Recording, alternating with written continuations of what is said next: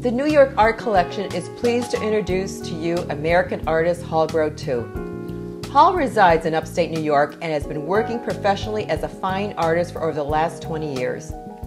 Since his father is also an accomplished artist, Hall first started painting at the early age of 3 and hasn't stopped since. Hall is currently a professor of classical oil painting at a college in New York. However, he has years of experience teaching students of all ages. He has shown at one-person exhibitions at numerous colleges, galleries, and museums throughout the Northeast United States. Professor Groat is also in countless private and public collections internationally, including Bristol Myers Squibb, House and Garden, Sheraton Hotel Corporation, and the State University of New York System, along with Michael Douglas and Catherine Zeta-Jones, just to name a few. In 2006, Hall became involved with the new art movement called A Painting a Day, which originated in the United States and has evolved internationally with a global view of fine art. Art is his passion, his vocation, his life, following a call for what he was born to do, and now he is sharing his knowledge through instructional DVDs.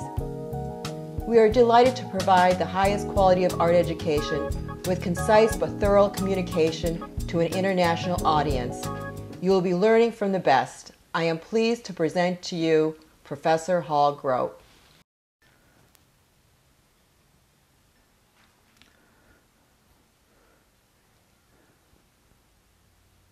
I'm using the brush, the very corner of the hairs, to actually fuse out some of the little mini highlights. Like here's a cool highlight. I'm using that to sort of fuse it out. And then like over here there's a piece of red paint, and I'm just going in, pulling out that little chunk of paint a little bit to get it to fuse with the, the area on the inside. So this is you have to be very careful not to overdo it, because if you overdo it, the piece ends up looking slick. Not that that's going to be an issue with this. This piece has a lot of energy in the surface. But I don't like to remove too much of that energy. Typically in the shadows I keep things quiet, because in the shadows there's not a lot of activity of light bouncing back and forth, and so you do want to work towards keeping the secondary planes within the shadows of the forms a little bit more passive, not so boldly stated. And then towards the bottom quarters of the forms, like right here on this cherry, the light, this is the bottom of the form, so it's rolling down underneath, and up here towards the top, where the form is closest to the light, keep that a little bit more active. So it's just, it's about having sensitivity towards the different spots within the forms, the separate forms and the overall form. So when I do this, I go from cherry to cherry and just, make an assessment. Since I have this tone on my brush, I might as well come down below and restate. I want to sort of trim away this little edge. The little edge is a little bit wide. The paint is wet underneath, so it's fusing together. So I'm going to come across and then down, sort of merge that stroke in with what's below it. And then down here I'm going to look at some of the strokes and sort of model this area. Now this area I might introduce a little bit more yellow ochre in there, but not too much. Don't want to overdo it. I want to keep that quiet because it's in the shadows.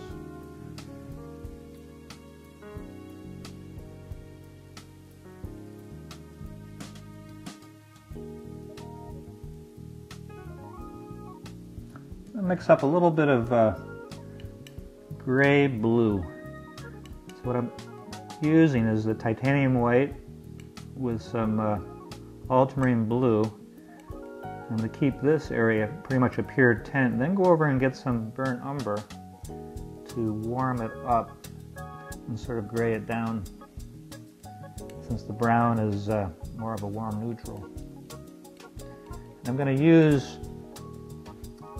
these two tonalities, or the tonality that I get from intermixing them, to model some of the little silver bowl.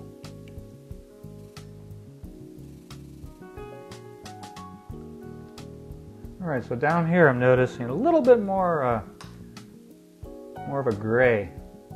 It's right before it gets dark.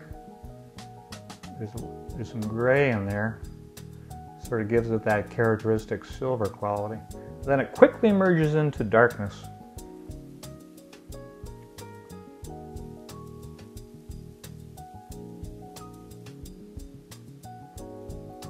There's some gray up here too.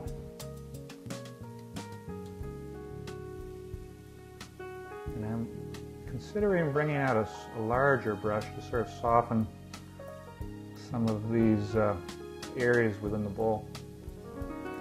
Okay, I brought out a number 4 synthetic sable, and I'm going to come across the form with a very soft touch to attempt to fuse together some of the roughness, but at the same time I don't want to get rid of the vigor altogether.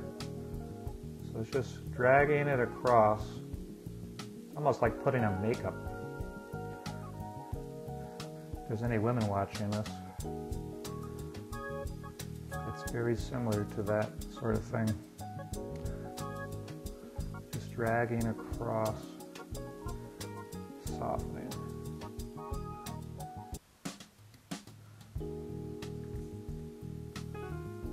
And then I'll probably go back in with some bigger strokes on top.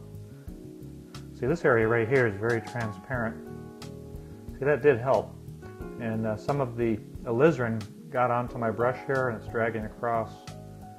It's giving it a little bit more of a unified look. And now since I have this brush out, I'm going to go up into some of the shadow sides of the cherries and just pull the paint down and around a little bit.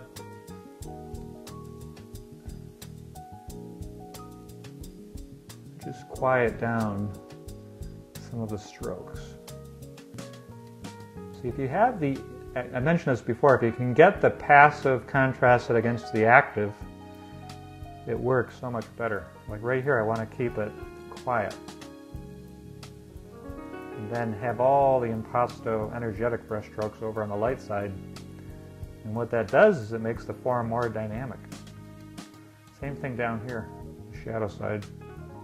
Sort of soften that. So these are those final touches.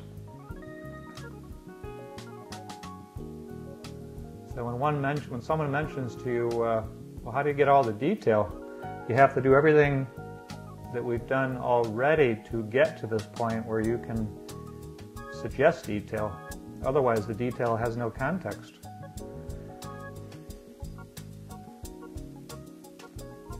It's like trying to put beautiful siding on a home without having the foundation set first. You gotta have some context. Or like in sculpture, you need that armature, that wire frame armature before you can attach the clay or plasticine. And since we have this brush, I'm going to come across and quiet down the top plane right over here in the shadows. Maybe drag right across. Look at that. If I come right across the cherry, it softens. That worked out pretty well.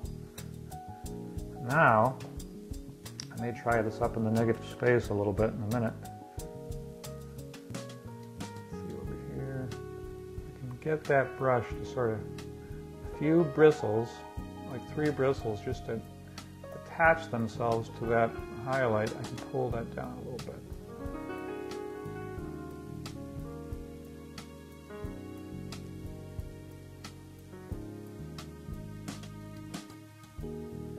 Bring some of that tone down into the dark side just to unify it.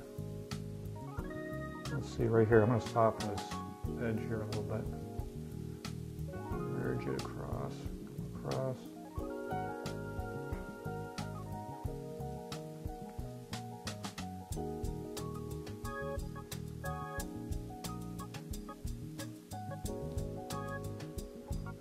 How much to do does take experience. Right there was a good move.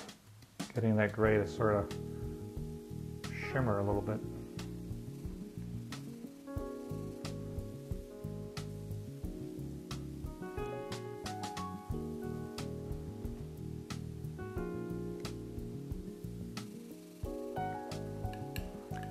I'm going to mix up a little bit more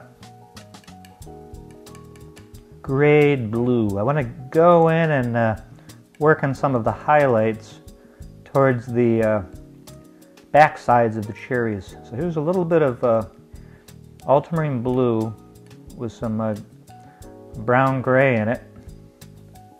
Then I'm going to come over here and mix up a little bit of alizarin. And I tend to, as I mentioned, look for families of color. So here we have this blue, then the red, blue, violet. And they all sort of fuse together and create interesting tonalities. And then, you know, you have to realize that when you go down into that area with your brush, you're being really inventive with creating further tonalities. And sometimes you have happy accidents. All right, so I'm using the synthetic sable again to sort of fuse in some of these modular brush strokes that I use to, you know, set up the secondary planes. Artists like Rembrandt, Chardin, Velázquez, Titian, I mean, all the painters, many of the painters prior to the 20th century, in painting motifs like this would spend a considerable number of hours contemplating the, you know, the specificity of the forms, and really working to, you know, refine the forms, and at the same time maintaining the integrity of the paint surface.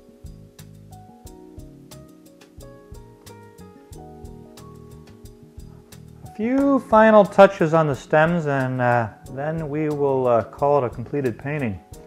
I'm looking at some of these stems up here, and there's a little more yellow highlight on the side, using actually a tinted yellow. Just in a few key areas. Sort of have to snap, you have to do like a snappy paintbrush to get it. There we go. There. Down here we've got that one. That one's pretty good. Here. See how that came out a little bit thick. So what I'm going to do is just soften it a little bit. There we go.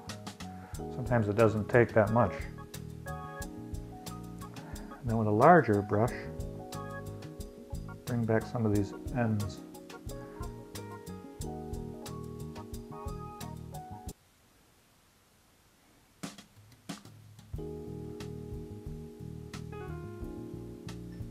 One final mark. I want to have a little bit of a highlight on the edge, so I have the paint gathered up. I'm just going to hit that edge right here. And then if it goes too thick, what you do is you take another small brush, you sort of cut it down a little bit by painting along the bottom of the stroke. There we go. Now we're done. Beautiful.